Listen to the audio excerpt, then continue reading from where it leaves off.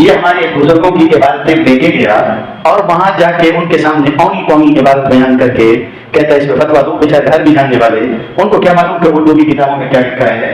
انہوں نے جو جواب دیکھا سامنے اس میں لکھ دیا. قاسم نانوتوی صاحب تہذیب الناس کے اندر ہی لکھتے ہیں کہ جو عوام کا خیال کے اندر نبی پاک صلی اللہ علیہ وسلم کا آخری نبی ہونا جو ہے وہ عوام کے خیال میں آخری ہونا ہے, جبکہ نبی پاک کے زمانے میں بھی اگر کوئی اور نبی آ جائے تو بھی آپ کی ختم نبوت میں کوئی فرق نہیں آئے گا, آپ ہی آخری نبی رہیں گے.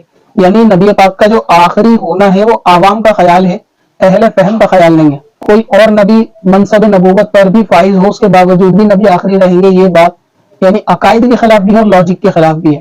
اسی طریقے سے ایک اور پیج کے اندر تہذیب الناس کے اندر یہ لکھا ہے کہ انبیاء اپنی امت سے جو ممتاز ہوتے ہیں, باقی رہا عمل میں تو بسا اوقات بظاہر امتی مساوی ہو جاتے ہیں بلکہ بڑھ بھی جاتے ہیں. یعنی نبی جو اپنی امت کے اندر ممتاز ہوتے ہیں نبوت کے معاملے میں وہ تو ممتاز ہوتے ہیں, لیکن جو عمل کا معاملہ ہے امتی نبی سے عمل کے برابر بھی ہو جاتے ہیں, کبھی کبھی بڑھ بھی جاتے ہیں. یعنی نبی کے عمل سے زیادہ بڑھ جاتے ہیں امتی.